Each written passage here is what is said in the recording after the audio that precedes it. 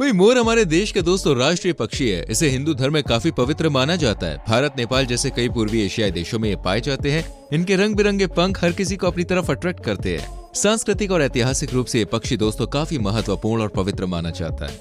कहा जाता है कि मोर और मोरनी दूसरे पक्षियों की तरह संभोग नहीं करते। लेकिन एक बात बताऊं, असली सच्चाई बॉस कुछ और ही है। फल सच्चाई क्या है, चलिए जानते हैं। सबसे पहले तो आप ये जान लीजिए कि मोर राष्ट्रीय पक्षी कैसे बना। ठीक है, राष्ट्रीय पक्षी के लिए दोस्तों मोर का चुनाव इसलिए किया गया क्योंकि पहले ये भारत में ही पाया जाता था।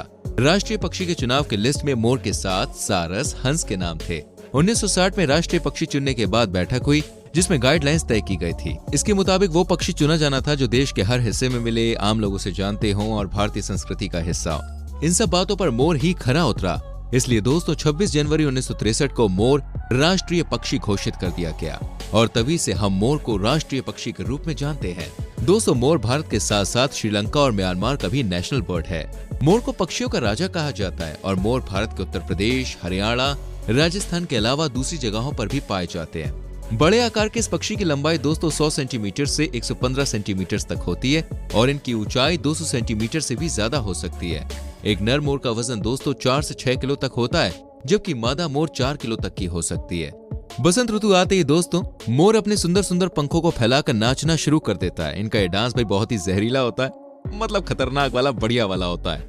इनके सिर पर लगे पंखों के इस हेयरबैंड को कलगी कहा जाता है। वैसे तो दोस्तों मोर ज्यादातर खुले इलाकों में रहना पसंद करते हैं, लेकिन इन्हें इंसानी बस्तियां भी काफी पसंद है। लगभग 4.9 फीट यानी कि 1.5 मीटर बड़े पंखों के साथ मोर धरती पर सबसे बड़े उड़ने वाले पक्षियों में से एक है। मोर की दोस्तों 3 प्रमुख प्रजातियां पाई जाती हैं। भारतीय मोर, अफ्रीकी कांगो मोर और हरा मोर।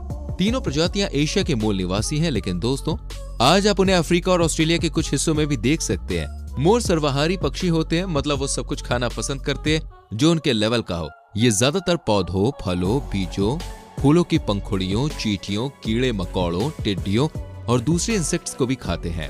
अनाज तो मोरों का सबसे आम और फेवरेट फूड है दोस्तों। सीधे शब्दों में कहें तो मोर किसी भी खाने के सामान को खा सकता है, फिर चाहे वो कोई जानवर हो या फिर पौधा। जैसे मोर दोस्तों छोटे सरीसृपों को भी खाते हैं, जैसे कि कोबरा सांप के बच्चे, तितली, मक्खी, चूजे और चूहे।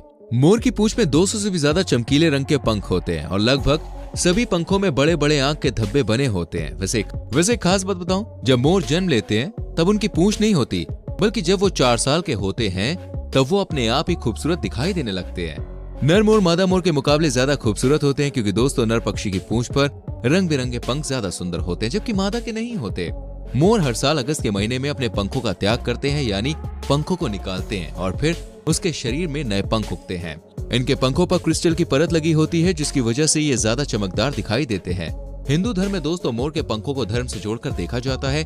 आपने देखा होगा कि हिंदू धर्म के इष्ट देव श्री कृष्ण के मुकुट में मोर पंख लगा होता है। मोर 10 से 25 साल तक जी सकते हैं और इनका वैज्ञानिक नाम पावोक्रिस्टेट्स होता है। वैसे तो मोर के पास भी दोस्तों दूसरे पक्षियों की तरह पंख होते हैं, लेकिन ये दूसरे पक्षियों की तरह अपने पंखों का इस्तेमाल नहीं कर सकते हैं। जी हाँ दोस्तों, मोर ज्यादा देर तक हवा में नहीं रह सकते हैं, ना ही ज्यादा ऊंचाई तक उड़ सकते हैं। ये बस शिकारी जानवरों से बचने के लिए पेड़ या किसी ऊंची जगह पर उछलकर बैठ जाते हैं। बाकी उड़ने में दोस्तों इनका हाथ तंग है और मोरनी कभी घोंसला नहीं बनाती। ये जमीन पर ही कोई सुरक्षित स्थान देखकर अंडे देती है।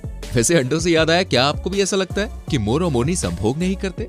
अगर आपको ऐसा लगता है दोस्तों मोर और मोरनी संभोग नहीं करते हैं, तो मैं आपको बताना चाहूंगा ऐसा नहीं है। मोर और मोरनी भी संभोग करते हैं, बल्कि आपको जानकर हैरानी होगी कि मोर तो एक साथ 5-5 मोरनियों को सेट करके रखता है। जी हाँ, सही सुन रहे हैं। जब जिस घरवाली की याद आए भैया वहाँ ये निकल जाते हैं। Well, it's a part of joke, लेकिन ये बात सच है कि मोर और मोरनी संभोग करते हैं। लेकिन कैसे करते हैं, आइए ये भी जान ही लेते हैं। वैसे तो भाई मोर को ब्रह्मचारी बताया जाता है। कई बार साइंटिस्ट और दूसरे लोग मीडिया के सामने ये जाहिर कर चुके हैं कि मोर ब्रह्मचारी होता है, वो कभी भी मोरनी के साथ मिलन नहीं करता। अब आप सोच रहे होंगे यार अगर ऐसा है तो ये प्रजाति चल कैसे रही है? तो भाई दरअसल थ्योरी ये दी गई थी कि जो मोरनी होती है वो मोर के आंसू को चुग लेती है, मतलब जब वो रोएगा मोरनी उसके आंसुओं को चुग लेगी और वो गर्भवती हो जाएगी। जी हाँ, और फिर बच्चों को जन्म देगी। लेकिन दोस्तों हाल ही में चल रही वाद विवाद के बीच ये क्लियर किया गया है कि बॉस ऐसा नहीं है। मोर सभी पक्षियों की तरह ही प्रजनन करता है। वैज्ञानिकों के अनुसार मोर और मोरनी में एवियन प्रजनन अंग होता है, जिसे क्लोआका कहा जाता है, जो मोर मोरनी के बीच शुक्राणुओं को ट्रांसफर करता है। जिससे ये बात साफ होती है कि मोर और मोरनी भी अन्य पक्षियों की तरह ही प्रजनन करते हैं। वैज्ञानिकों का कहना है कि मोर और मोरनी में संभोग महज चंद सेकंड्स के लिए ही होता है। मोर मोरनी के साथ संबंध बनाता है, उसके बाद ही मोरनी गर्भवती होती है। मोर के पास शुक्राणु होता है और मोरनी के पास अंडे। मोर के शुक्राणु मोरनी के क्लोका में जाकर अंडों को फर्टिलाइज करते हैं। अब आप यहाँ पे आए हैं तो भाई आज ही अपनी कंफ्यूजन दूर कर लीजिए और जान लीजिए कि ये पक्षी कैसे एक दूसरे के करीब आते हैं। उम्मीद करते हैं आपको ये जानकारी अच्छी लगी होगी। वाल अगर अच्छी लगी है तो लाइक और शेयर जरूर करें। वैसे आप अगर आंसू से मोर के गर्भवती होने वाले दावे पर कुछ कहना चाहते हैं तो कमेंट सेक्शन खुला हुआ है। मिलते हैं अगली वीडियो में। अपना बहुत ख्याल रखें। Bye bye.